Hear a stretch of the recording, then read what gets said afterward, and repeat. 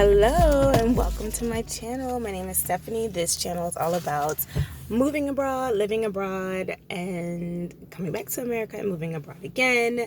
I have not posted in so long. It has been a lot going on. So in my last video, I talked about how I was going through the visa process for Italy.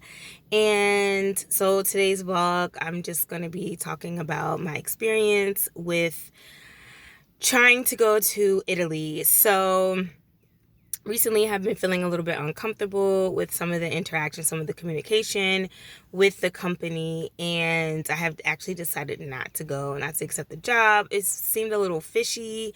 And then my last communication, I talked to the business manager, and he mentioned kind of in passing that this is the first time that they are starting to teach again after COVID, after the pandemic. So I'm like, all those feelings I was feeling, it's not like a good, that's not a good sign. When I worked in South Korea, the school that I work for, the institution that I work for, never closed down. When the pandemic hit, they had I think they did like 2 days. They closed down just to figure out what they were going to do. And then they went straight online, and all of the teachers came into the building. All the teachers got tested, but came into the building to teach virtually. And of course, the kids stayed home. They did that, I think, for a semester. And this is why I was getting all of my paperwork and stuff done. And so they were like, we're not closing down. A lot of the places in South Korea didn't close down unless they were like really, really small businesses and just couldn't afford to stay afloat. But my institution was actually, I think they had like 3 different buildings or whatever, same company, 3 different schools. So it was large enough to like stay afloat, and then they like took action like right away, so there wasn't an issue. So I was like, this was like the final straw when he mentioned that. And I was like, I want to be, if I do any other like teaching abroad opportunities, it would be better than South Korea. Like, so South Korea is the kind of like the basis of the expectation, so anything I do has to be better than that, my first experience. And so there's a lot more questions I know I should ask, red flags, things I need to think about. One of the red flags was just communication was very like short and abrupt. It wasn't very detailed. The contract was detailed, but then once you got into the nitty gritty, it was like, oh, we need this, we need that. And some of the things were like asking for financial like things up front. And I was just like, no, that sounds strange. So I actually reported the school to the online company that listed the school. So they have like schools all over the country. All over the world. So I reported the school, let them know what was going on and how, I felt uncomfortable. So that was a good thing.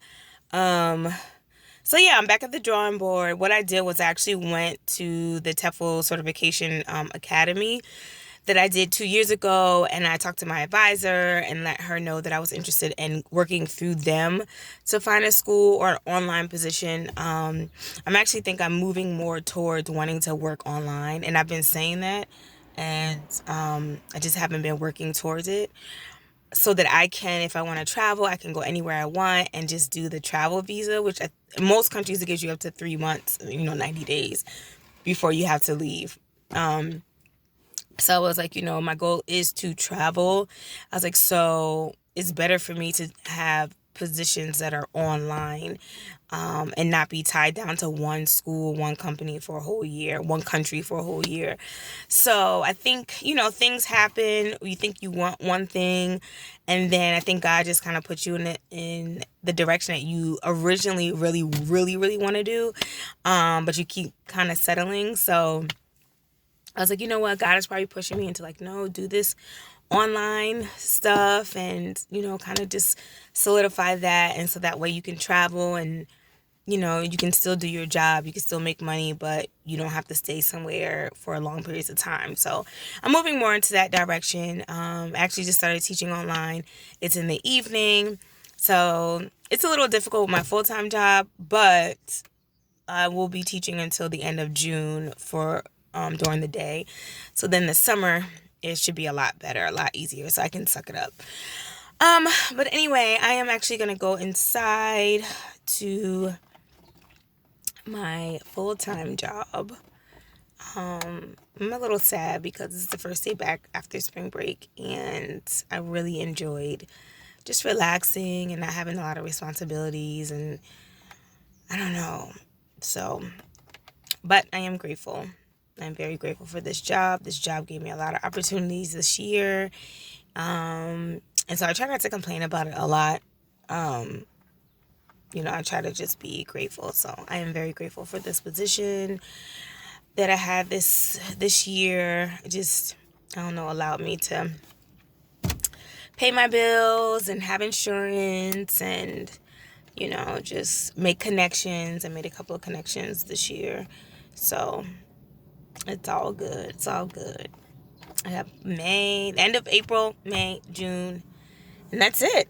And I'm done, and I'm figuring out what I'm going to do for next year. So I will see you later. Bye.